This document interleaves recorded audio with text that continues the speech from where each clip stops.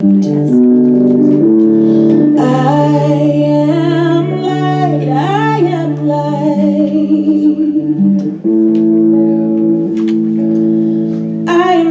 things my family did. I am not the voices in my head. I am not the pieces of the brokenness inside. I am light.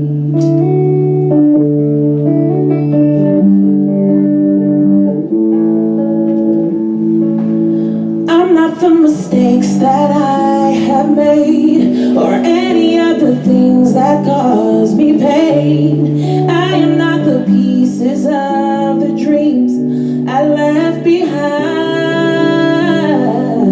I am light.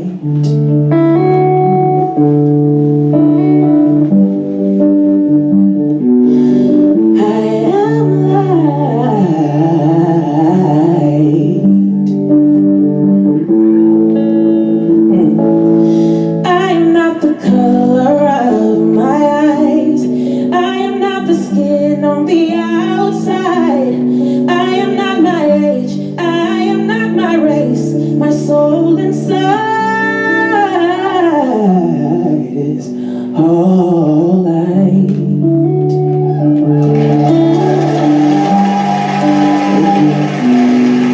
All light, yeah.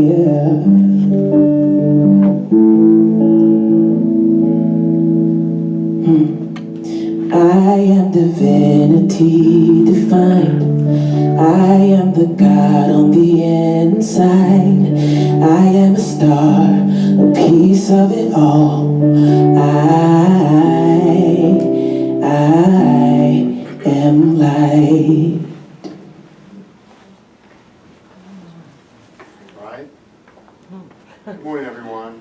My name is King Mott. I'm in political science, and my field is queer theory, and I do a lot of kind of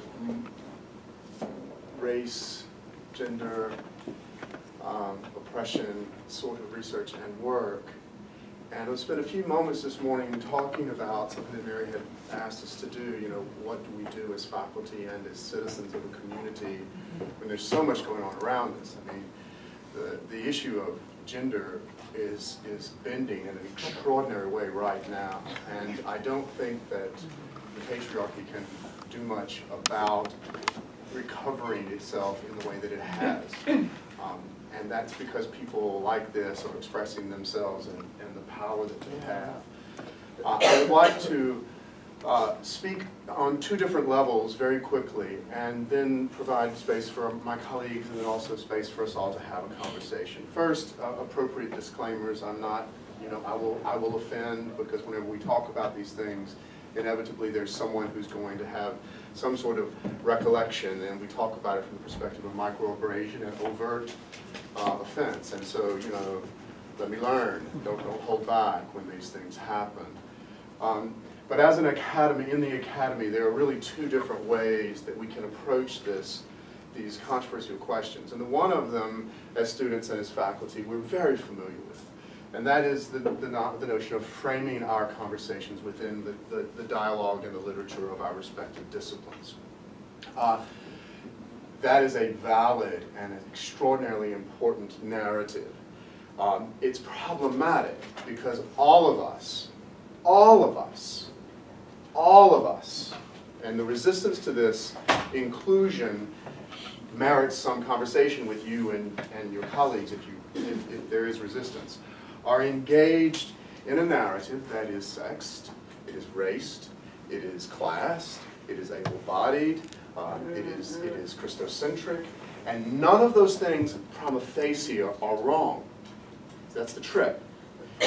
But outside of any alternative narrative to hear, listen, feel, it's extraordinarily problematic, and it becomes tyrannical.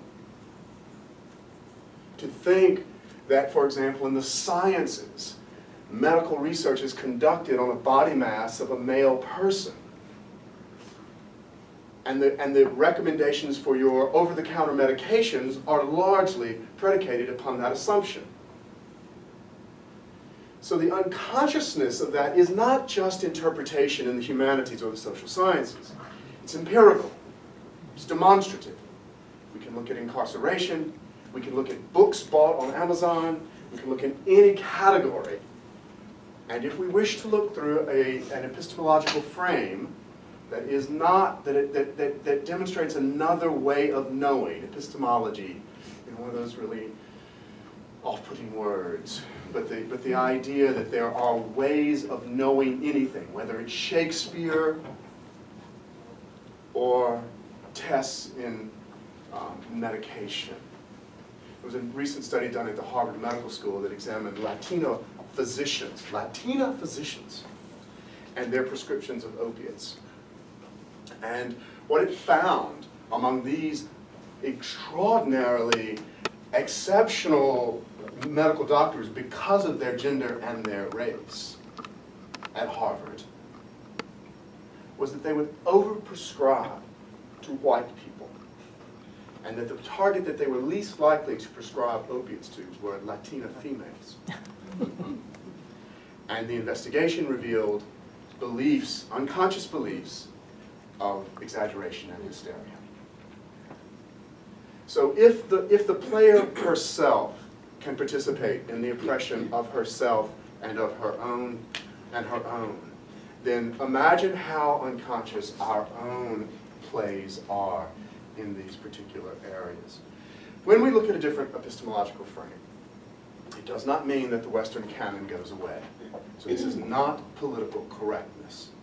That is a political game that is played by the patriarchy, quite frankly, by white centrists, and by people who don't know, because there's a lot of good people who don't want to sit with this discomfort.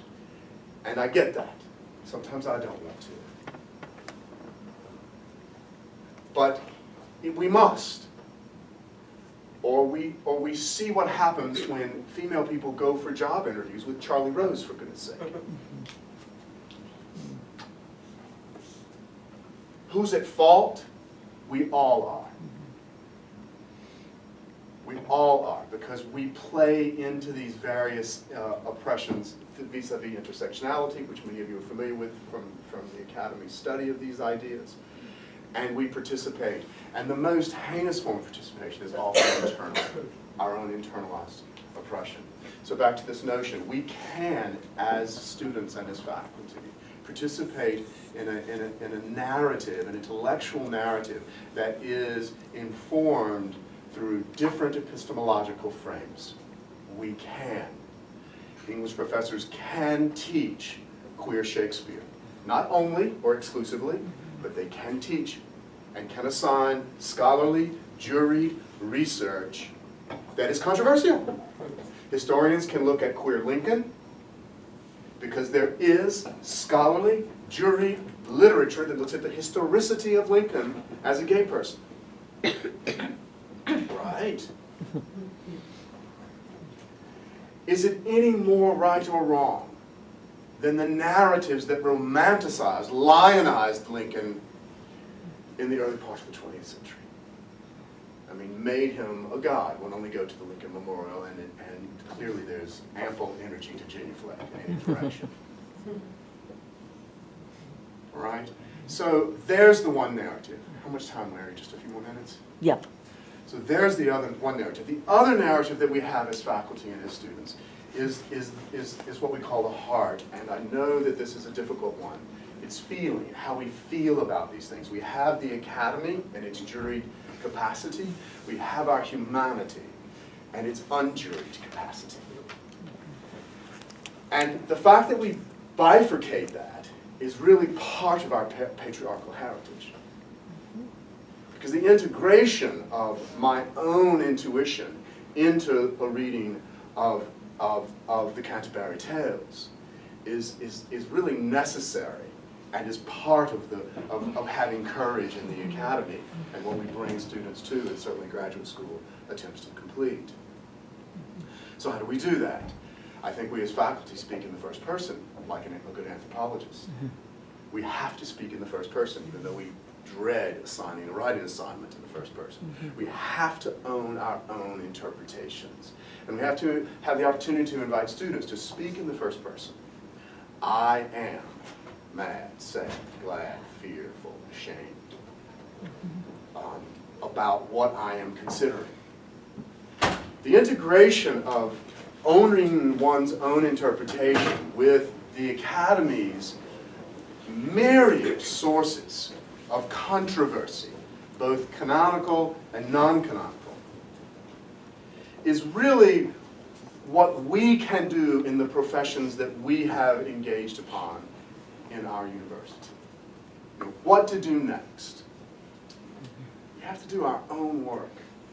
We have to look at our own existential truths and myths and fairy tales. We have to deal with whiteness. I mean, we always assume that race is a black issue. It's a white issue. It's race. Interesting study that looked at individuals coming off of through a doorman in New York City, and the object was to put people in different kinds of drag, apparel, and that they were to see how far they could get into the building, you know, get to the elevator. And you know how it played out. If you're white and male, and you're not wearing high heels, you are able usually to get to the elevator without being stopped.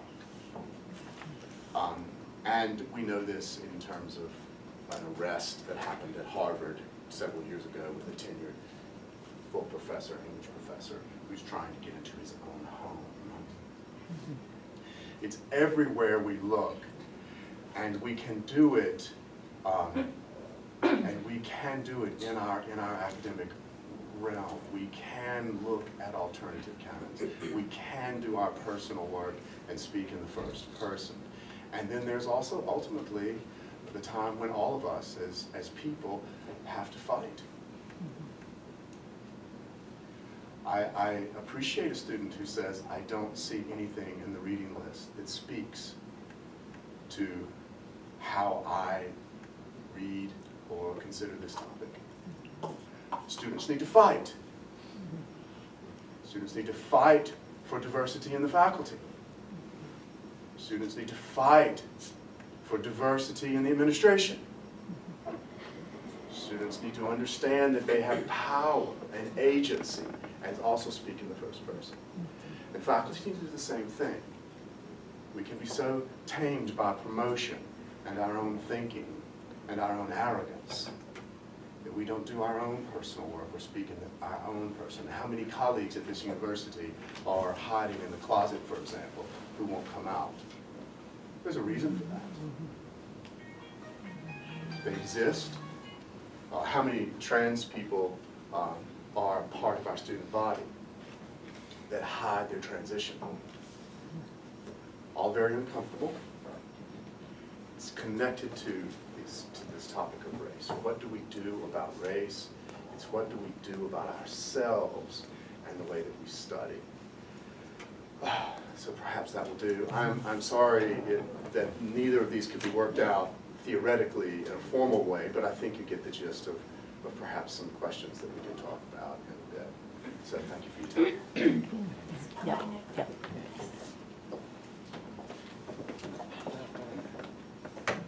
Hi, everybody. I want to thank you so much for those thoughtful words. I'm looking forward to everybody's panel, everyone's discussion. I want to thank everyone who set up this event, thank Mary and my fellow panelists.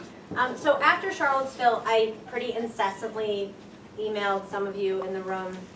Say who you are, Oh, because I didn't do sorry. introductions. I'm Elizabeth Redwine from the English department. Hey. And I teach primarily the first year writing and journey this semester, so that's kind of nuts and bolts where I'm coming from today. So I started emailing Ed and Mary and other colleagues asking how are we going to teach, especially for some reason I was thinking about my 1201 class, my first year writing class, which is mostly nonfiction writing and essays. So I can just tell you what I did this semester, what worked, I think, where I have some questions, and end with just really a call for advice and discussion, because, I don't know. I'm kind of trying as hard as I can, but I definitely have some classes that I look back on and think, well, I wish that had gone differently. And you know, you never know what's going to work. So I know everyone here has a lot for me to learn from, so I'm looking forward to that. So I started with the syllabus, and I talked to some colleagues, put out some calls on Facebook amongst friends who are in other disciplines and who've been doing discussions of racial justice much longer than I have. So I kind of asked people, tell me what short articles I can bring in. You know, I can't teach the new Jim Crow because it's a thick book and this is first year English, but I did include like an interview with Michelle Alexander, so I tried to work on it that way.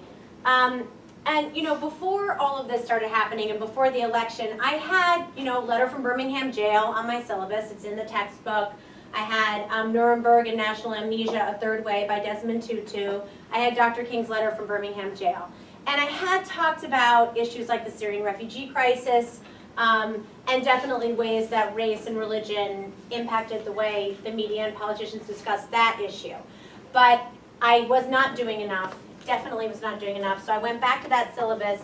And the two texts, I brought in a number of new texts. I already had a section on gender and social media at the end, but I did not have enough on kind of contemporary ideas of racial justice.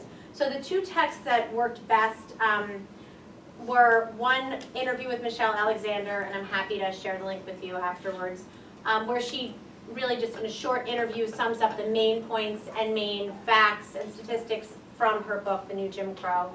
And then a couple of articles on the way the textbook industry works in Texas, and then because Texas is one of the biggest markets for textbooks nationwide in terms of representations of the history of the Civil War and the history of the Southern past. And these articles dealt with the ways that that textbook industry influences the way all of us, not just in Texas, learned about the Civil War. And I mean, my dad was telling me he learned that the Civil War in Boston. So I think it was also important as a Northeasterner to say that, you know, it would be great if we could make this all the fault of the South, you know, but in Boston, I remember learning, and so did my dad, that the Civil War was all about tariffs. Just tariffs, that's it. You know, so we all have a miseducation, and this continues until today. So the Frederick Douglass text is part of an early 1201 unit on education. I'm sure many of you have read, if not the whole narrative, Learning to Read, which is the selection that we dealt with in my class. And I found it really useful because it helped us begin to discuss not just Frederick Douglass's experience as a slave, but also, as you mentioned, constructions of whiteness from way back, you know, in the founding of our country. And I don't know if any of you remember this part of the text, but there's a part that the students find really moving where Frederick Douglass, his biggest lament in many ways is for how slavery changes his slave mistress, who at the beginning of the text is sympathetic to him and is teaching him how to read. And then he almost describes it as like an infection, like she becomes part of the culture that is enslaving him in a way that is worse than anyone else.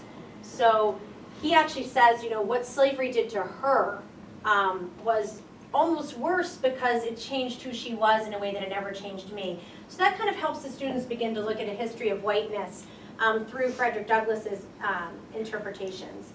And then we talk about this article on textbooks in Texas and the economics of the textbook industry. And it's a really helpful article because it's very fact-based. I mean, you can look at the numbers around reasons why textbooks misrepresent the Civil War. And, you know, I think there's a direct link between that and what happened in Charlottesville. The interview with Michelle Alexander helped us discuss that the ways that laws against nonviolent drug offenders passed by Nixon and then Reagan contributed to a massive rise in incarceration, especially for Black and brown people. And she really frames this correctly as a form of social control. So it's really a helpful interview for my students, and it's like a page long, and then we also watch a clip of it, because, you know, they're 17 and 18, and they know that Black and brown people are overrepresented in prisons. They sense that there's something unfair going on here. But Michelle Alexander has charts and numbers that are difficult to argue with, and we're talking all about sources and using sources. So it's a really helpful way for them to see how, face the facts about how this country set up structures, it's not just by chance, that put some populations behind bars. So that's a really helpful conversation for them to have. And we just set up some ground rules, kind of like you did at the beginning, like people are gonna get offended, we need to respect each other, we need to allow each other to finish speaking. We've all joked about how it's much easier to talk about these issues in classrooms than around the Thanksgiving table, which we'll all be doing later this week, negotiating that horrific experience in some ways, even though we're all thankful. It is easier, I don't know, even for me, like I can take it from a 1201 student, even if it's something that would put me into like an advanced state of rage and has with my uncle. So I don't, I'm not sure, I guess that's one reason to have these discussions. So I'm just gonna end with a question that I've really struggled with since the election and that I do not have an answer for, which is how much of my own political activism to bring into the classroom. So like a lot of people, and a lot of you, thank you, have been doing this since before the election. I did like a victory lap, I thought, in Bucks County with my kids to register people for Hillary, and I was like, this is performance art because we're gonna win, so we're just getting our picture taken with the Hillary. So obviously since the election that was a wake-up call, and one thing about discussing Charlottesville with my students is I felt like I couldn't discuss Charlottesville without discussing the president's response. And to me, to any close reader, I think this was a racist response. And it's a really weird time to be teaching 1201 because you can't use your attorney general as a source on DACA, for instance. We did some readings about DACA. And even, I think in many ways it's made me a better teacher because even in the texts that are not specifically about race, we've been discussing these issues much more. So in Journey yesterday, we're reading A Christmas Carol, and we close read that whole section where Scrooge says, we can get rid of the surplus population in prisons, or maybe they'll die of starvation. And unfortunately, if you look at some of the political narrative right now, it's right out of Scrooge's playbook. So, we ended up having a big discussion about prisons after we read that section of A Christmas Carol. So, and Dickens did visit his father in debtor's prison. So, there's a way in which even these kind of canonical Western texts contain these threads that the students are starting to notice. And I am heartened. I feel like my students are noticing things more than they did last semester. Yesterday I called on a student, there was a white young man and a white woman who had their hands up, and I went and called on him. And by the way, he's a student who if I can be totally honest, I misjudged. He's like a really built guy, wears a lot of cologne and pomade and serum. I'm just being really honest here. And he has come out with the most sensitive writing on gender. And I have to admit to you, I was a little surprised, and I'm so embarrassed to admit this to a room full of strangers, but I'm feeling like safe right now. So I went over and I went to him to talk to him about his paper, and he said, she had her hand up first. And I was like, I'm not sure that would have happened even 2 weeks ago. So I think that we have a lot to learn. I have a lot to learn. That, is endlessly painful to me that I kind of misjudged this student. And so next week, I talked to my students yesterday and said, I'm going to this panel tomorrow. What do you guys think of the way we've been talking about these issues? And they said they've really gotten a lot out of it. They've really enjoyed it. They've been really uncomfortable, but it's been helpful. And so next week, since we've been reading a lot about gender, we're going to talk about Franken and Moore and the president and Charlie Rose. And, I have Trump supporters in my class. We have these difficult conversations.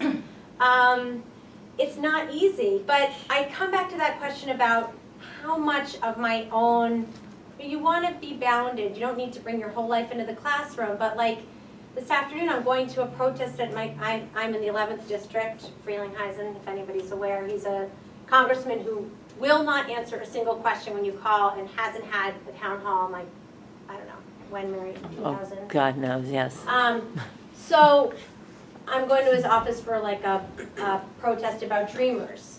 So, do I say that when we're reading about DACA, or is that inappropriate? Like last year when we went to the march, we had just read the letter from Birmingham jail, so I did mention it. Anyway, so this is just something that I'm struggling with. I'm struggling with everything, which is good. It's as it should be. But that is something that I'll just end with as a question. How much do we bring in from how traumatic this really has been? And I know it's been traumatic for other people much longer than since the election. So it's shameful that it's been such a wake-up call in many ways. So that's my question, and I don't have answers to any of it, but that's just kind of how I've made my way this semester. So thank you. Thank you. Very nice. Don't get to introduce yourself.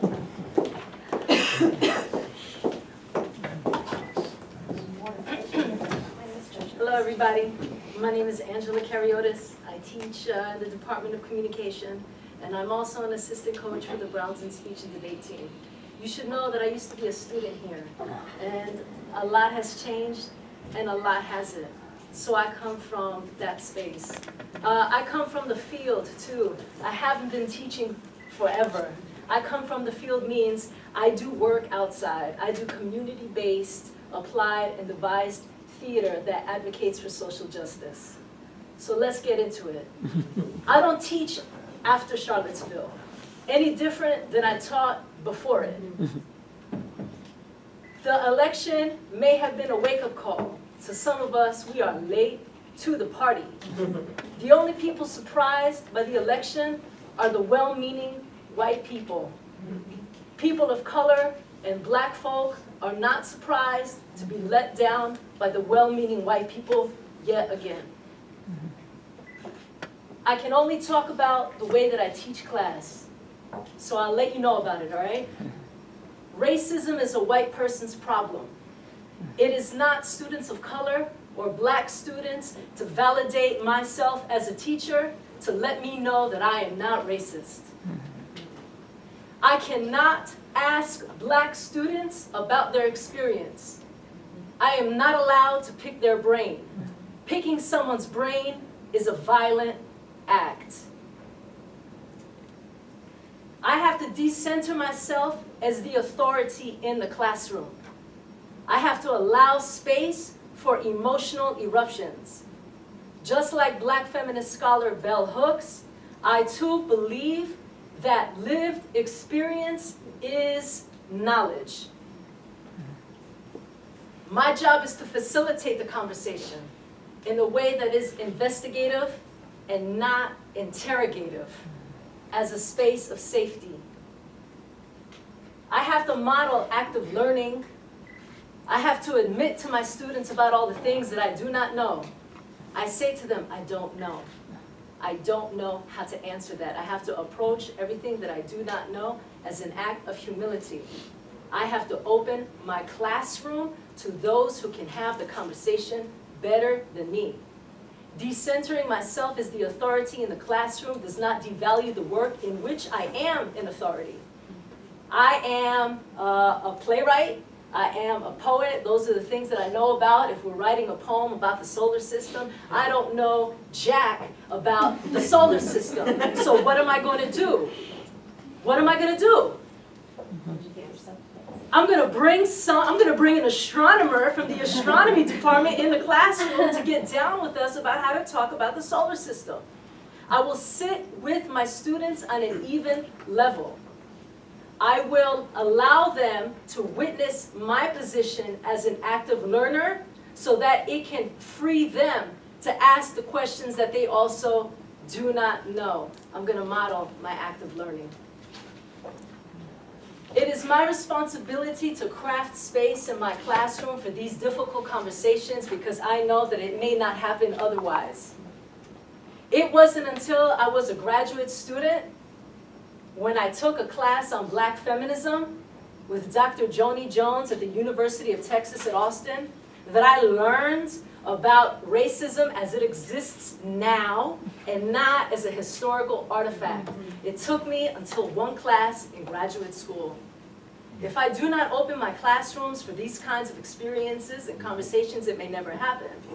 White people are not good about talking about race and racism because we never do. How are we going to get good about when it comes to those things which we are not good at if we do not practice? I teach oral comm. It's a class that everyone has to take. Aren't I lucky? Aren't I lucky that I get to have this space and monitor in a way that is beneficial to them, not as students, but as citizens in the way that they interact in the community at school, but also out in the world. I build space into my curriculum for texts, thinkers, artists that students may not know otherwise.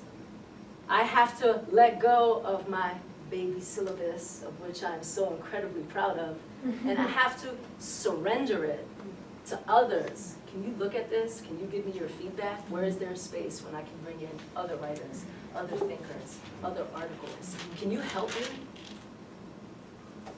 Specific things. Language is very important in my class. We capitalize the B in black as a way to center black authority and knowledge. We do not call white supremacists crazy. White supremacists are not crazy.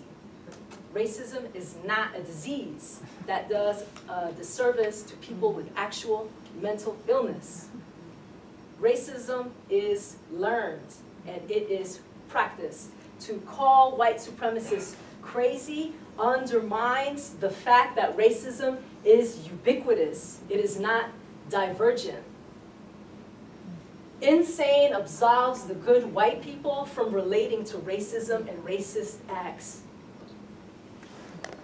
It also undermines the fact that racism, what happened in Charlottesville, was exactly supposed to happen because our entire culture is built on white supremacy.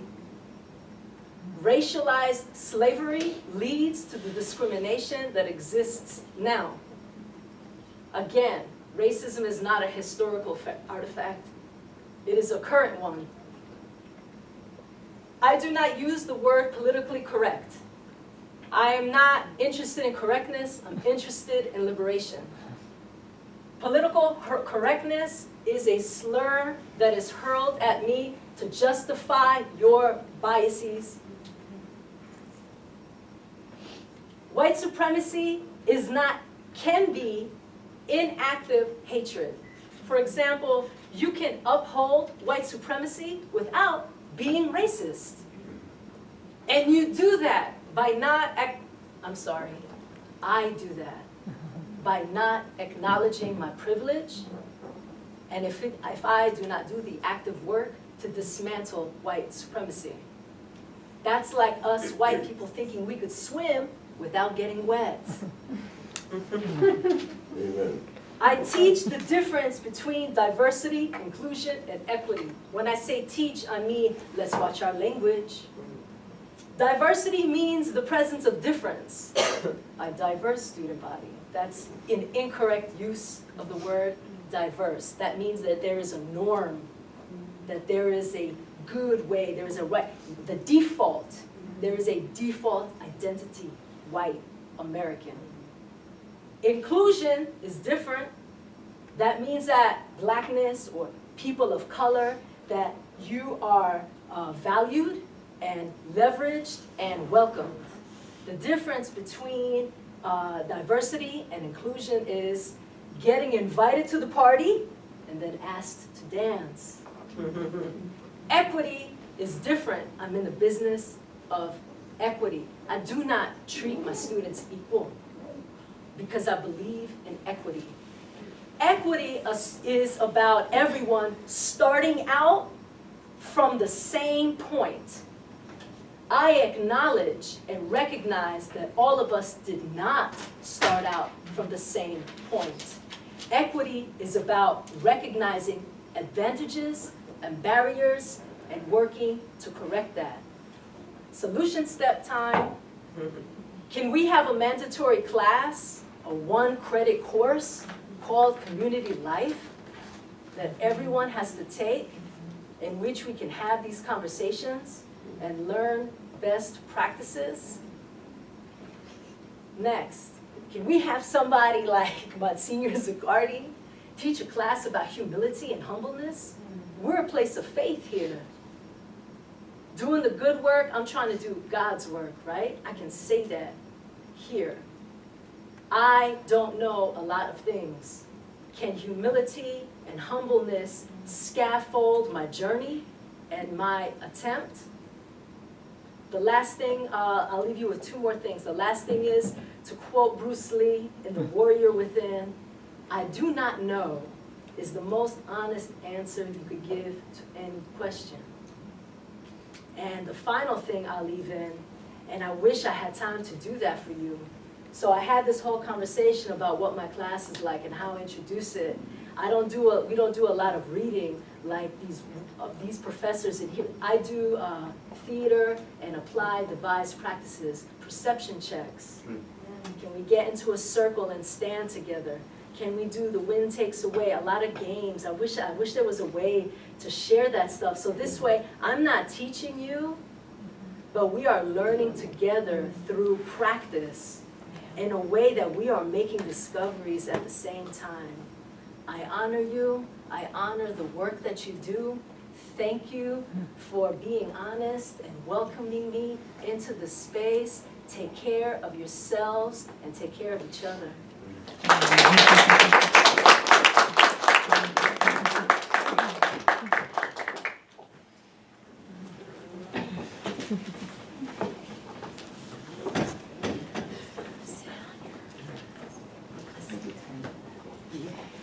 I'm Reverend Forrest Pritchett. I've been on faculty and administration at the university 39 years.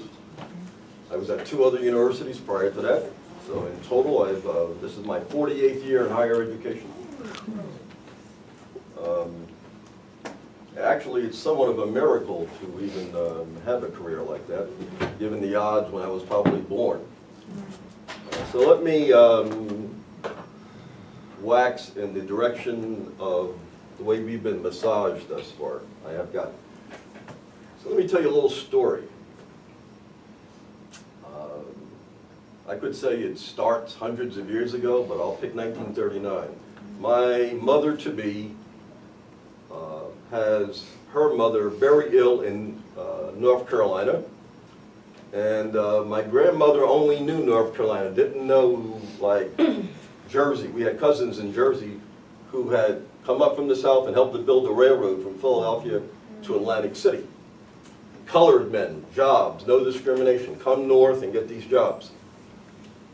So eventually my grandmother is convinced to come to Atlantic City to get some health care, because she's not about to get adequate health care in the 1930s in North Carolina. All right?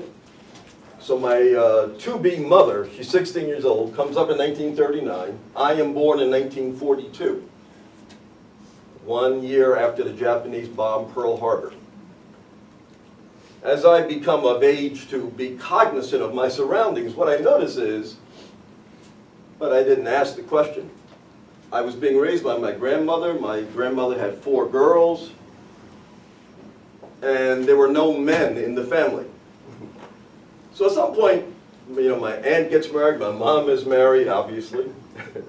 Then I began to raise this question at some point. Where are the, I didn't say where are the men, but where are the men?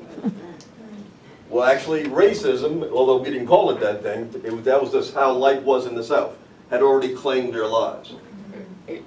So for what it's worth, people look at me, they see the suits every day, they see the shoes, and they think I was born on the right side of the tracks. Actually, I was born under the tracks. Every difficulty that is leveled in this society against people of color, although we weren't even called people of color, we were simply the niggers, the Negroes. And we all follow that model. I ended up applying to colleges back in the day. 1961, I'm a high school senior. 1 year after John F. Kennedy, that Catholic was elected president by less than 100,000 votes. I am a senior in high school trying to figure out what is going on around me. I see Richard Nixon, a white guy, running against another white guy, And people are making a big deal about his Catholicism, saying that Kennedy is more likely to listen to the Pope than read the Constitution of the United States. And I'm trying to figure this whole thing out. Where is this coming from? What is it all about? Then we go on to apply for colleges in the apartheid America of the day. You put your picture on the application, you put your name, your race, your sex, all of that vital information. That was just how life was done. I ended up, coming out of New Jersey, I ended up at a historically black college in Delaware. When I went into college, I only wanted to be a middle school teacher of social studies. In the environment of the 1960s going south at a historically black college, miracles were wrought. Within 2 years, I changed my major twice, freshman studies. I went from being a middle school teacher in certification. By the end of my freshman year, I said, no, high school is where it's at. I changed my major to secondary ed. At the end of my sophomore year, I went into Dr. Mott, a black guy who was a Phi Beta Kappa from the University of Iowa. I said, Dr. Mott, you have kicked my intellectual butt so much, and you have brought me to the precipice of being a new person and transformed me totally. I said, sir, I want to be like you one day. I want to have maybe a PhD in sociology. And Dr. Mott said, Pritchard, you can't be me. You are going to have to be you. And you're going to have to learn what that means in terms of great authenticity. So now we're talking 1963. By 1969, I hit my first position, Rider University. So we were having this faculty meeting, and everybody is talking about the platitudes and what kind of awards you had and the fellowships that put me through grad school. And I stood up to say, hello, this is what I do. And God put a strange message into my mouth. Seriously. The message was, after I told everybody who I was, I said, but I need your help. I said, you see what I look like? There's nobody in this room who even looks like me. I said, I've got a young wife and a little baby. If I decide to buy a house in Lawrenceville, New Jersey, right outside of Trenton, I said, I need your help. And they're thinking, we'll help you find a house. And I said, no, not finding the house. I need your help keeping the house. Because if we happen to be the only Negro family living there, you know what's going to happen. Within the first 2 weeks of me buying the house, somebody is going to be thinking about burning this house down or burning a cross. I said, and all the white folks are going to know this. You're going to know it, you're going to sense it, you know who's going to move to do it. But there's only one thing you won't do. You won't come and inform me, and the second thing you won't do, you're not going to band together as white people and stop that action from taking place. And I said, you know, America is going to be a much better place when you guys, I'm talking 1969, when you guys get off of your duff and start handling the problem you created. Because it's really, we end up all the time having to clean up the mess. And we are the victims of it. So it's interesting. We're becoming blamed for the problems that have been lowered and brought to our doorstep. The day after I made that speech, Ted Epstein, who was the librarian, called me. Ted said, Forrest, I've been here 30 years. He said, I'm Jewish. He said, you know, I've been afraid to express my Jewishness here at Rider. I said, what do you mean by that? He said, this is a very middle-class kind of a place, kids from prep school backgrounds, and he said, I can't really express my Jewishness. And Ted said, I want you to be my leader from now on. I said, Ted, I can't be your leader. I'm Negro, you're Jewish. I said, that stuff worked with Dr. King on the front lines and the marches and all that. He said, but I need your voice. That's how I learned, without reading, that's how I learned about the power of allies and the power of authenticity. Because if I had not, under God's direction, spoken up that day in the faculty meeting, Ted would have never been liberated from his circumstances. That's true. After 5 years, I went to William Patterson University to teach sociology. And similarly, worked with the faculty early on because of difficulties they had on campus. Worked with faculty to design an interdisciplinary course that would talk about race, class, gender issues. The faculty from that university felt so strongly about that they ended up as a critical mass getting at all of the public colleges mandatory courses teaching race, class, sex, and so forth. So I share that. I hope that means something to somebody, but you look at me, you may think I look whatever I look like. cool, swag, whatever that may be. But actually, when I reflect on it, it has been decade upon decade upon decade doing something I never thought I would be doing, and that is becoming that reluctant person standing in front of the line. There's a tradition in our Negro community, black community, where ministers, for example, beyond the fear that is generated against black communities, it is the minister who brings the bomb in Gilead to soothe everybody down and to take that position in the front of the line. This was a conscious decision my wife and I made about 10 years ago to assume licensing and to become ordained ministers. Let me now just transition for the sake of time. I wanted to show all of you something that... You mean load it up for you? Oh, no, I can get it. Thank you. I'm just saying if you want to keep talking, I'll load it up. Gotcha. Well, wait, come on over. Yeah, like my buddy. Come on over, Kim. Yeah, I just gotta find it. The hard thing is you have to be able to read the code This right while here. you're, right, There's exactly. the code. You can go ahead and click it. But see the video right there? That's it, then I'm going to play this other thing with you, Yeah, okay? there it is.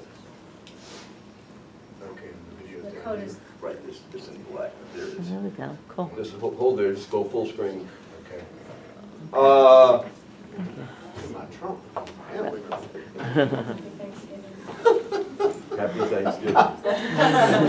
So, 39 years later, after William Patterson, I found a home at Seton Hall in more ways than one.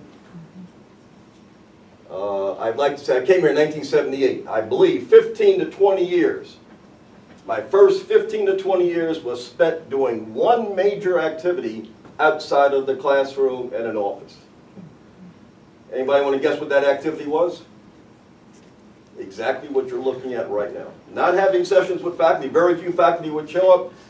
We spent hundreds of hours in the evening providing the balm for the students, balm, B-A-L-M, to soothe them down. I swear to God, if I held up my fingers, of the African American students attending this institution in 1978, 2 out of 3 did not want to remain here because of the racism on the campus.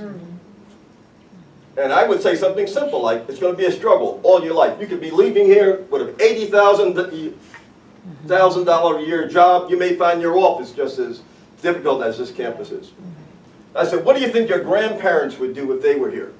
Because they had been so deprived, they would stay here and make it happen for them. So a dedicated group of faculty simply kept massaging these students, doing what we could do after hours. We didn't even have the background. We didn't read this stuff in textbooks. We did it from the heart. Andrew, I loved your presentation. I recognized her from being a student here, very conscientious extrovert. And I just love your style now. God's going to bless you for honoring him by even mentioning his name in your presentation. But beyond that, I may have taken, I just want to, we're going to, hopefully the sound is up. And we're just going to look at this. It's very short, but for some of you, this is going to be a relevant discussion. Not too sure where the sound is. It's muted. It's muted on your Okay, hold on. On your laptop. Thank you. yeah, all the way my right, so your left. Which one is mute? Oh, The very last Yes, one. there you go. There you go. So now it should, if you play it one more time. Is it up? You got it. You have to hit the start arrow. Oh, yeah, thank you.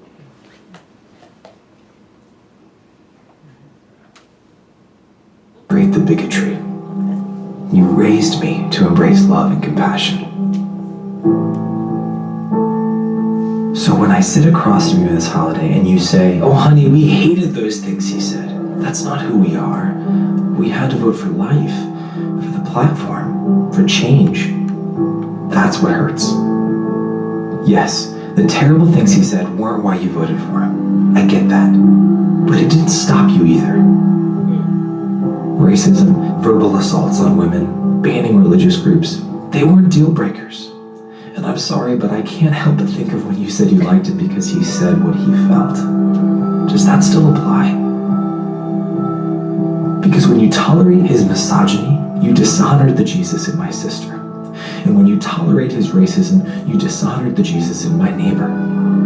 You were the one who taught me to read my Bible. So when did the line, what you do to the least of these, you do to me, not apply to our leaders? Your silence is deafening. The church's silence is deafening. And when Jesus said, what comes from the mouth comes from the heart, I took him at his word. And so now I beg you, I know you're not a racist or a bigot, so join me. When I was young, you taught me to resist this racism and misogyny. So resist it.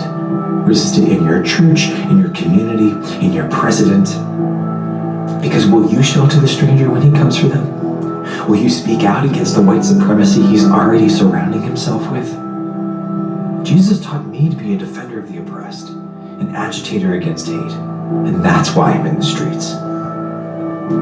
So will you join me?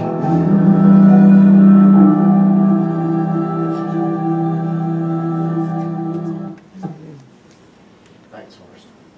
So let me bring you a fast forward to the present. After decades and decades of doing what I do, and almost reluctantly, but doing it because it helps someone else. I forgot to tell you one other little story. I was a freshman at Delaware State in 1961, on campus 3 weeks. What was life like in America for black folks? Several 20-year-old Klan wannabes rolled their cars up on campus. The security of the present was not the security of the past.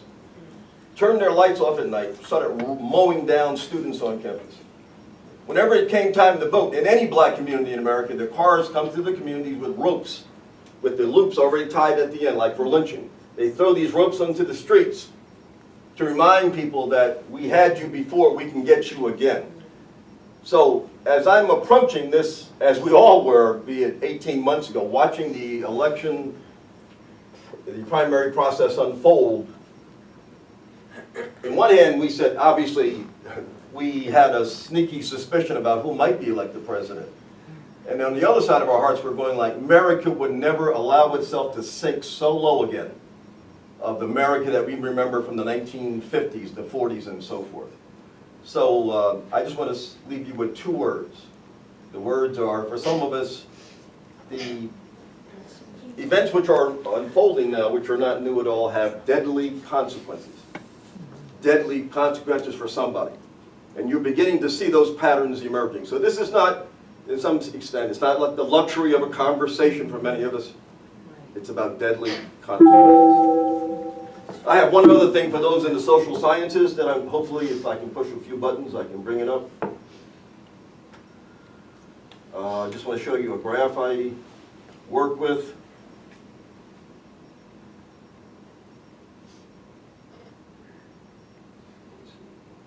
Bingo. Because on this graph, basically, we all can find some parts of our own behavior. All of us. From the politeness of not having discussions, to looking at friends in your inner circles. I'll leave it there for our own reference point. But once again, for the social scientists, the psychologists among us, that's something we can put our teeth into. Thank you very much. So we have lots of time for conversation. I want to thank our 4 presenters. So I don't know if you want to sit in the front, if you want to just stay where you are. It's completely up to you. I thought maybe it would be a good, maybe we start with Elizabeth's question. I'd rather this was an open, just conversation among people. I'm not necessarily planning to moderate or anything.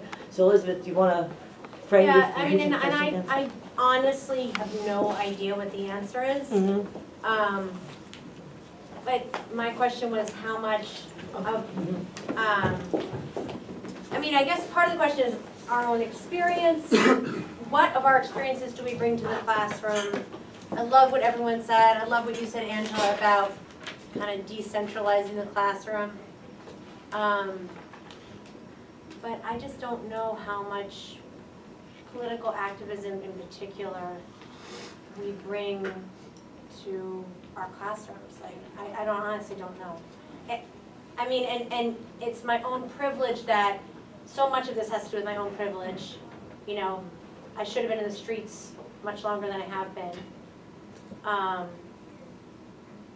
Yeah, I don't know. Like, what? I have no idea. So. Let me, I don't want to respond to it since no one else has their hand up. Hi, My name's Khadijah. I'm a sophomore, poli-sci major. I think one way that you can respond to this is by recentering narratives. I think that oftentimes the people of color at Seton Hall find it that their narratives are often erased or being masked in a sort of way. I'd say that because of the example you gave with the Frederick Douglass text, where you said that the white woman felt that she was changing within herself by enacting a form of racism. I don't know whether that's a subconscious thing or what that can be, but I think that people of color find it their responsibility, or rather a burden, to enlighten the community, rather educate. So in classrooms of that such, the narrative should be recentered to the people that are being affected directly, as opposed to making it seem like it was also a white problem in a sense. Right. Yeah. One comment I heard from many students is that they believe they're getting a disingenuous experience at Seton Hall University. That you already have a model in your room. The model is probably not you. It's the passive approach to many things. That is the model. Right. So that's what's in front of them. You know, that maybe the model is like, you don't want them to think too much, don't challenge too many things. Just be cool and get your degree and you're out of here. That's the model that they can talk about in private. Yeah, and it's harder too, and I know this, you know, and this is for a lot of, you know, as a gay person, you know, it is awkward for me to come out and to bring queer literature, because then there's this, I get it in the feedback and I get it in the sideways rateyourprofessor.com bullshit, where, you know, I get called a fag and I go, oh, it's all about him. And so it's very difficult to bring that literature forward, but I do. And so to answer your question, I mean, Del Martin said it with the Daughters of Bilitis, and she was talking about, Audre Lorde said it with black women that were lesbian. That, you know, we have to come out, and I do think that we can say when I'm speaking from my experience and when I'm speaking from the literature. I don't have to confuse the canons, you know, the narrative. So we can have the power to use your skills and speak in the first person and let it go. Hello, my name is Imani Miles. I'm an African Studies major and a political science major. I'm taking I'm taking now 2 classes with, or I'm taking 2 classes with Professor Mott and Dr. Pritch is my advisor. But I just wanted to say, in terms of how much activism you should bring into the classroom, I think that you should bring as much as you possibly can and not hold back.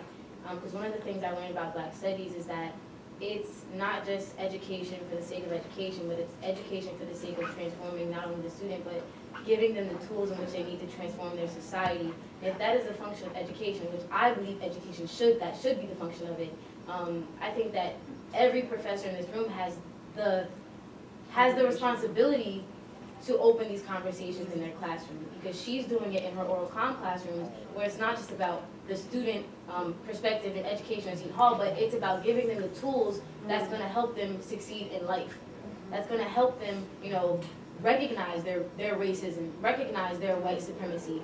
So I think that, you know, although it may be like hard, because I know I've spoken to another professor who, like, she gets bad reviews because she talks about race all the time. Like, realize that this process is not about you. It's about the students. So, like, I know, you know, you may get, like, that feedback and it, like, may seem, I mean, I can imagine how tough that would be, but it's even tougher for the people who are, you know, the Black and brown people who are, like, in prisons, packing the prisons, or, you know, the Black and brown people that are facing poverty or facing racism. So, like, I think it's your responsibility as a professor to teach these things in the classroom. May I get so disheartened when I hear professors that are scared. Because when I was a student, man, my professors taught us to be brave and to stand up and to do the hard work. And now for the first time, I'm hearing them in a different way, right? Now that I'm a professor, I get to be in the back room. And I get to see how the cake is made. And I am sad by it, that they have to self-monitor in a way that they would never do that to their students. And they might be in a position where they have to edit themselves when they expect their students to be honest. I think it's convenient to check your politics at the door. You're right. I feel like these folk and all people who teach, being a teacher is activist work. And to try to separate the two is doing a disservice to the ethos of yourself. Your heart must break if you can't bring it into the space. Your students have no choice but to be political by virtue of who it is that they are. So if I can't be political, which is to be honest, right? That's just a way to be brave or to bring my whole self or to fight for what it is that's good. If I can't bring it and create context for everything that we're learning, then I'm not modeling how to be in the world. And I model, you could talk the way that you talk and say what you say right. And you could be who you are and have the history of where you come from. You know how we have here the thing, don't make a right out the gate? No. I mean, I graduated 17 years ago. Really? They're still saying that. I make a right to go home. I'm from Irvington. I got to go through Vailsburg. I'm like, really still? Still? So how am I not going to bring that into the class? So I have a question though. I'm going to play a little bit of devil's advocate because this is the thing that the faculty also deal with.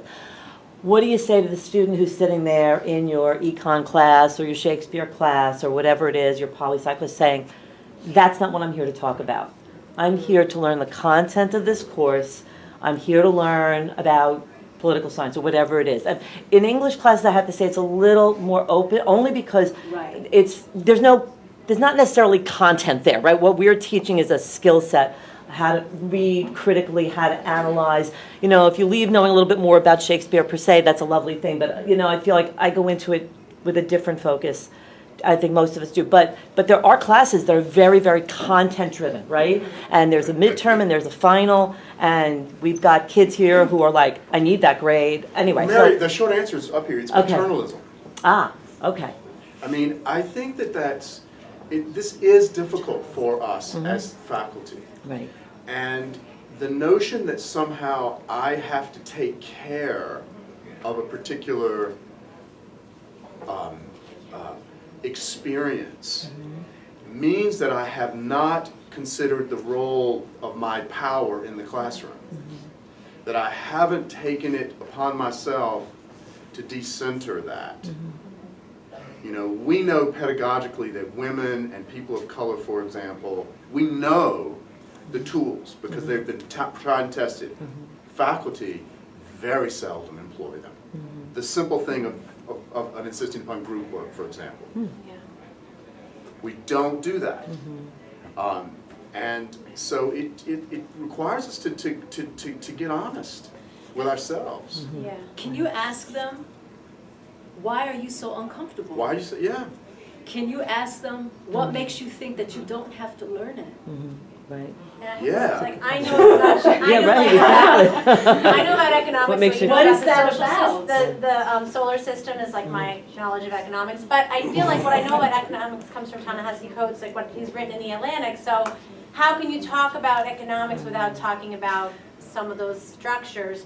And I just want to speak to some of the earlier comments. Like, I am willing to talk about all these issues in the classroom. It's not that, but my earlier question was more like, I don't want it to be all about me and my, then we get to like white savior content. I don't want it to be all about me and my protest that I'm doing. It feels a little weird.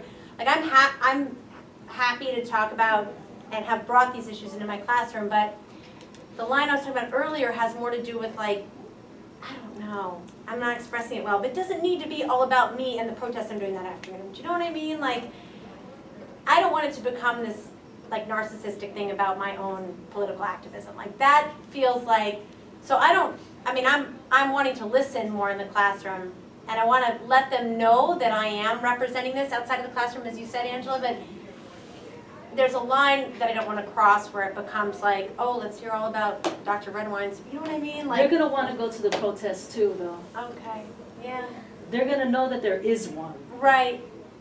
Spending 5 minutes, or any professor in any class from science to archaeology, talking about current events, creates that open environment for everybody to contribute. That's what I mean. Also, in every single Black Studies class that I've taken at this university, the professor makes it like his priority, like his duty to give us all of these extra credits. Like we even went to the city with him and participated in a protest that was at the American Museum of Natural History. And that gives you the opportunity to like have those discussions in classrooms where it's not just coming from you, it's coming from the students who actually partook or like actually participated in those events. Like I've been to Philly with my professor, and that sounds crazy. Not like that, but you know what I'm saying? Like, but you know, he's invited us to these conferences, and like those are the things, because learning is not just in the classroom, it's outside the classroom as well. So that's something that he could offer. Yeah, Rob? I think for me, the more uncomfortable I am after teaching, probably the better the class was. That's right. And it's, you know, it's unsettling. Right. I wasn't in a classroom, but I was in a meeting with the men's basketball team last week, and somehow we got talking about if they should be paid. And they certainly think they should be paid, and they had a very robust conversation, and they go, Robin, don't you think we should be paid? Yeah. And I'm like, no, I don't.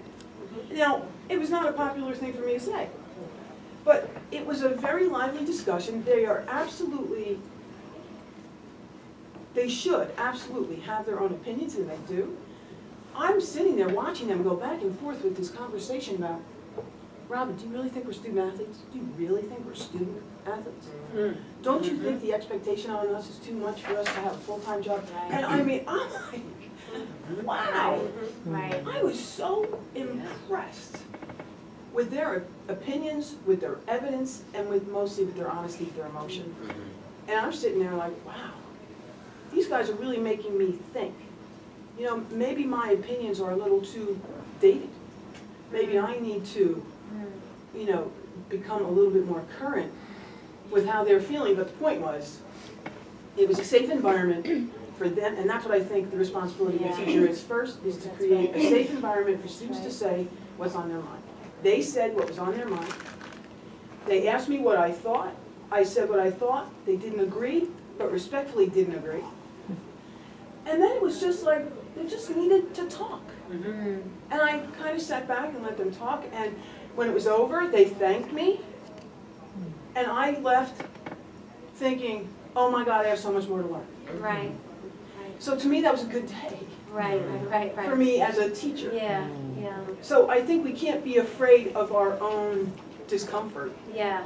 And we can't be afraid of the fact that, you know what, we're the teacher, yeah, but we have a lot to learn. Well, it's funny because From I our thought, students. I thought I was being like so brave this semester, and now I'm like, wow, I'm like this brave. You know, I need to like jump. I just want to go back to Dr. Balkan's question about, all right, what happens when we're in an econ class or a poli-sci and the student says, that's not what we're here to do. And that's happened in my classes before. So I go back to this big org chart of where we are. And if we go back and we all understand our mission as an institution and the values that frame that mission, that's why we are here to teach that. Because ultimately, we might be in a poli-sci course or an organizational communication course, but ultimately, these are students at Seton Hall University. The mind, the heart, the spirit. So it gets all into these things. Second, Mary, you were saying, gee, time. So I know for me, I have that on my syllabus one day, the TBA, the catch-up day. So I figure we will have, over the course of the semester, 75 minutes of this and more that bring up that tough stuff. So I think it's our duty, our ethical obligation to carve out that time because of who we are as an institution. So those are the two things, you know, tell them who we are as an institution, remind them, because many of our students haven't even read our mission. And it's enlightening to teach them more about that and who we are and why we're different. They've chosen to come to Seton Hall for a reason. So I think we need to remind them about that. So. Well, I mean, there is a problem. I mean, you know, we like to create the problem. You know, I have a literature that I have to get through. And so, as students that are in my class know, I will move through that literature. And that doesn't obviate that the interpretation of that literature cannot be different. So, for example, the mission issue. I mean, the oppression of Christianity upon race, gender, and sexual orientation is magnified.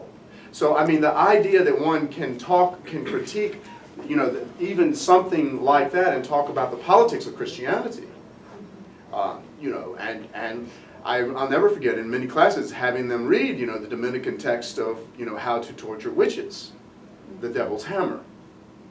And so there's plenty of information out there which feels like it harms some things. But the reality is, it doesn't.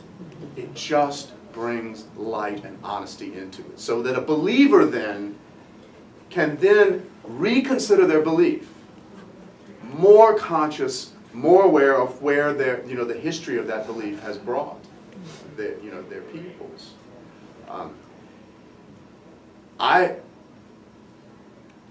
It takes work.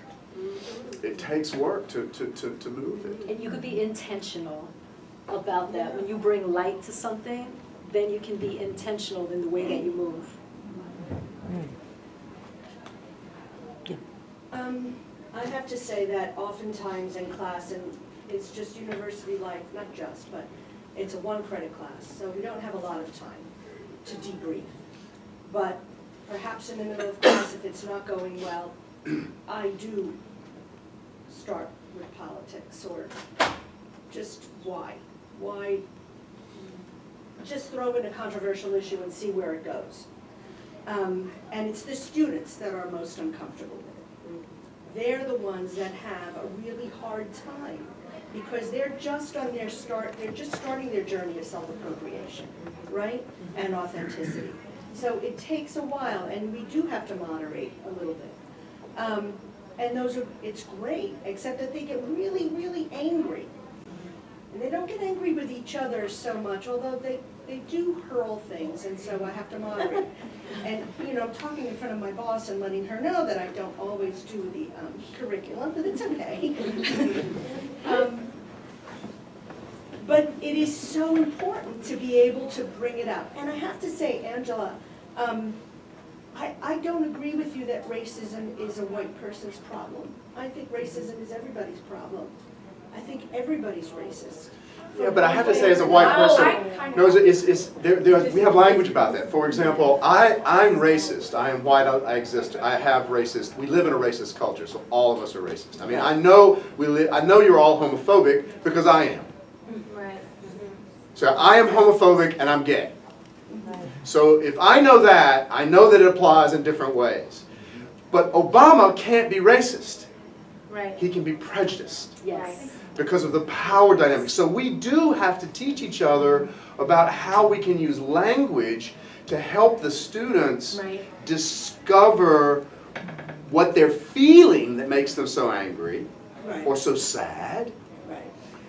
That we have a unique opportunity to provide kind of a flotation device so that they can, oh, that's what that is. You know, that's what that is. Definitions are important. Yes. Really clear definitions are important. Like you and I can have ideas about individual men that are negative, or men as a group that are negative, but I would say that we can't really be sexist in the way that a man can be sexist, because if a man has ideas about women, the culture is behind him.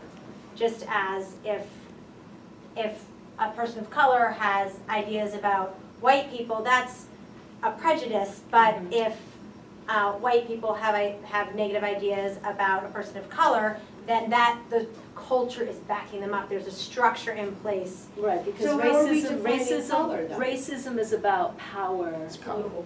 Right, and power here is institutionalized, okay? So there is no such thing as reverse racism. There's no such thing as reverse racism. Right, so that's why, so again, thank you for helping, right? That's important too, the difference between prejudice and the difference between racism. Racism is rooted in power, and right now, power is disproportionate to benefit white and white presenting people.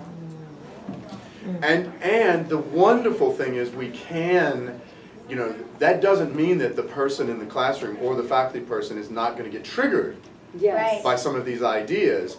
And sometimes it just requires that experience. And it's discomforting when students leave angry and And it is better that they do that if they're taking in serious consideration of the Summa, for example, as it would be critiqued from a feminist point of view, because now they're taking the Summa more seriously than just memorizing, you know, a particular aspect of it. They're looking at, wow, he really was blind when it came to even, you know, what is a breast.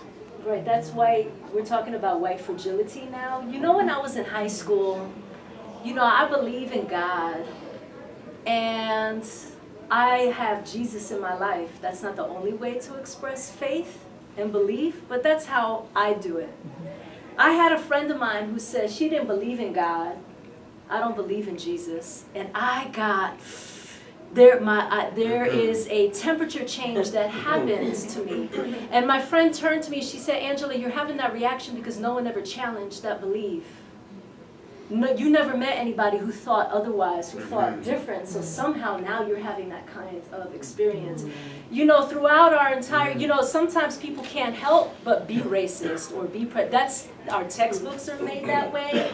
We have so few teachers of color, our parents, the way we're raised, everything on TV. How is Charlottesville not going to happen? That's the history of the university.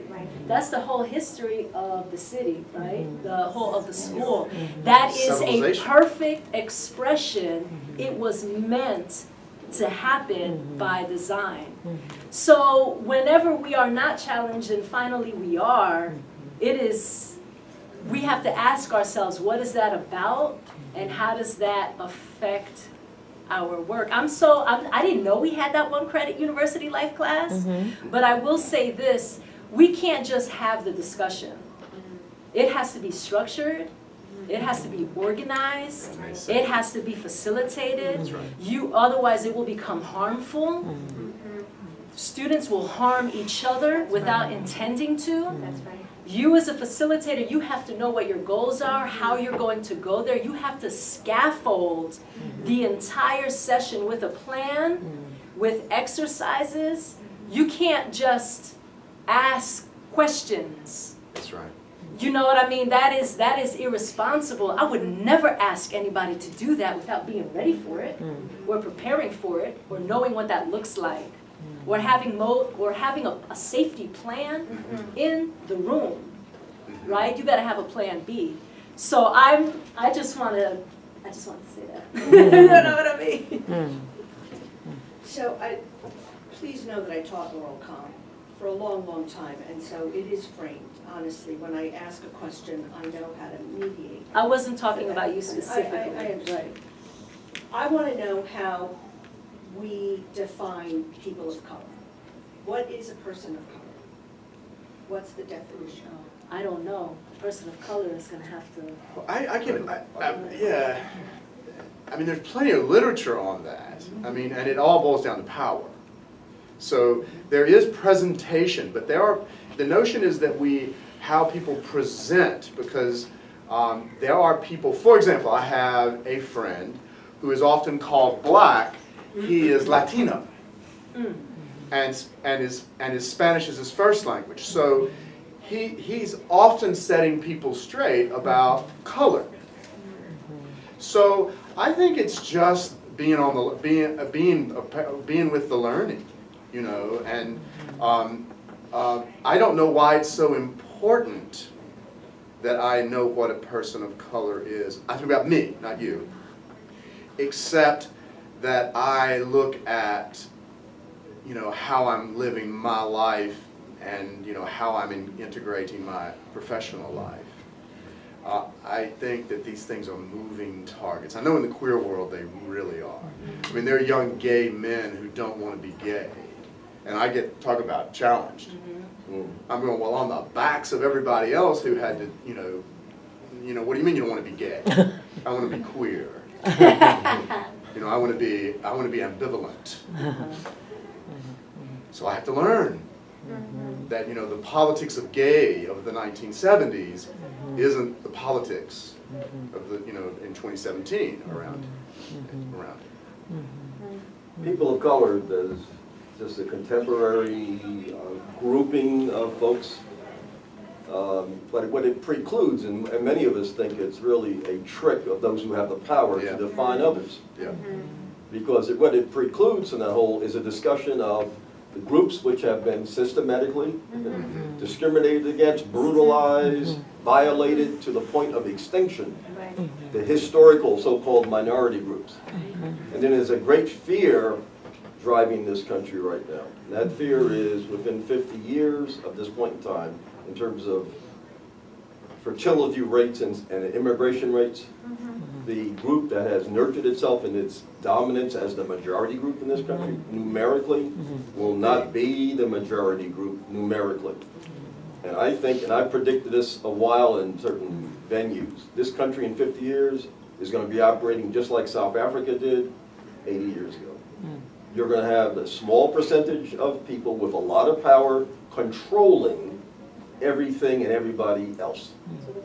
So part of that discussion around who's people of color, it's about really getting us to divert our attention from that historical group that was impacted. Ugliness. And what was it yesterday that now Haitians are being deported? I mean, like this is what the administration is doing, and.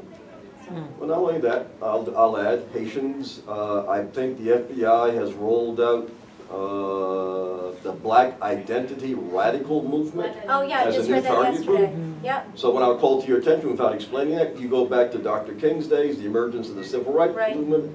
You go on YouTube, look for COINTELPRO. That's an acronym. Under J. Edgar Hoover, it was the master plan to eliminate every black leader in this country and every black radical so-called group. Here we go again, as I said, deadly consequences. This is not just about talk any longer in this country. These folks have declared war. That's right. I just wanted to clarify with the racism thing. I think that we all need to know it. I mean, as best as I understood, I understand. We can all agree that racism, that race is a social construct. However, it's a social construct that has real life implications.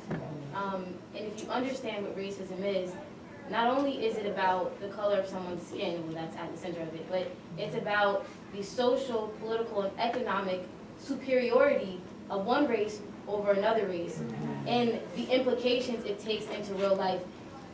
The fabric of the United States, at the heart, at the structure of the United States is racism.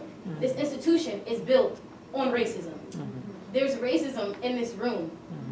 So I think that we need to be careful when we have to differentiate between racism, discrimination, and prejudice, and that black people will never, I mean, as it stands right now in this country, we have the opportunity to be racist because we do not have that social, political, and economic power over another human being. We will not have that opportunity. We can be prejudiced because prejudice and discrimination do not have to do with race. Racism deals strictly with race. But I can be prejudiced. I can be discriminatory, but I cannot be racist. There are certain people of color in positions of power, but until they can monopolize the entire system, the entire structure of the United States, I will not be racist. We, as a collective group of people of color, will not be racist. One of the things I've found You can that look at Sheikh Anta Diop's two cradle theory. That's right. You can look at a plethora. I can provide you with a reading list. Okay. That's right. So what I'd like, Go, girl. there are also, frankly, other issues of difficulty that we confront in the class, right? So we address issues of sexuality and race, but frankly, there is a third big issue that we don't address a lot in the class, and I think it can be a way into some of these other issues, which is class. Yeah. Right? I mean, there are huge class issues in this nation as well.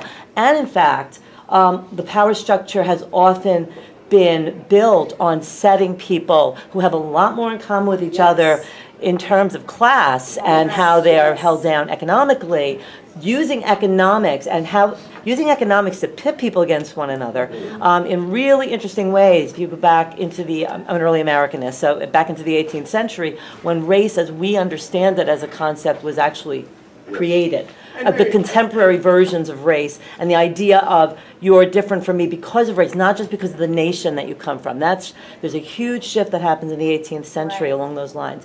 But class for me is sometimes a way to get people talking to each other, and we can start to, I think, use that as leverage into bigger, more difficult issues like race issues, because I feel like that can be a meeting ground. We teach in a school where a lot of students are first-gen college students.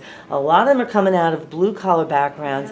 And again, this is not to minimize or dismiss any of these other issues, but I found that class is a way that people can really start to have tough conversations and feel more in some ways feel like, okay, wow, wait a minute, this terrible thing is happening and to me, and maybe now I can start to see this terrible thing happening to you that is not about class, but it's about something else. Maybe it's about your race, maybe it's about your gender, or your sexuality, whatever it is. So I don't know. Class is the forgotten issue in so many of these conversations. Dr. Eisenberg has a book out, historian, called White Trash. Yeah. And I like to subtitle the book, The Illusion of Inclusion. Right. Because an awful lot of white people are being controlled by a small number of white people. That's right. And they think they are indeed sharing in that privilege, I'll say. Right, exactly, and so yes. forth. And they're being manipulated all over the place. He's a lot like me. I'm an outsider using it. Right. Well, and now that I feel like I can be open about it, 4 p.m., Dreamers Rally at Congressman Frelinghuysen's 30 Schuyler Place in Morristown, room in my van. But Congressman Frelinghuysen, just as a little lesson in certain kinds of class privilege, he is the 6th Frelinghuysen to hold office. And it's a true aristocracy. Like since the revolution, Frelinghuysen's have been in office. He has $53 million of inherited wealth. I don't know why he's a congressman. I mean, I'd just be like sitting by the pool.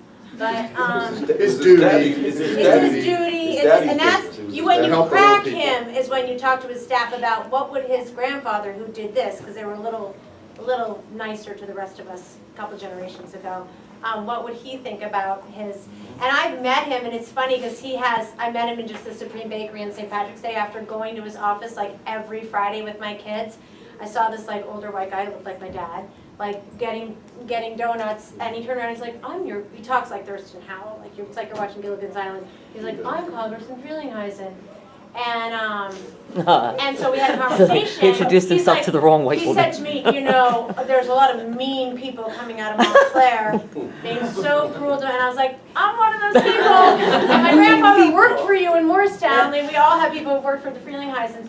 So, but I said to him, but he said, I don't like this man who's the president. And I'm like, that's a class thing too. Like you don't like how he performs his particular kind of white privilege. You like the tweed. So it's but yeah, just look up the Frelinghuysen's anytime you think that we don't live in an aristocracy. I'm so sorry. There's no bootstraps for Rodney. Well, let me add something to that. I mean, it's not about the Frelinghuysen family, but this is for everybody's benefit. When we talk about race and people don't want to talk about it, or economics, every county, when New Jersey was a territory owned by the Queen of England, in order to drive people into this area, she wrote a proclamation, which I saw a copy of. It said, for every sober white man class who brings a Negro to the land office, you will receive 40 acres of land. Okay? And you can go on from there. Every county, I believe, in New Jersey, and I'm thinking now about Morris County, Robert Morris, the largest slaveholder in the area. Think about power. I think every county in this state is named after the person with the most power. When you are going to name, what would you pick? You pick the most influential person. Yeah.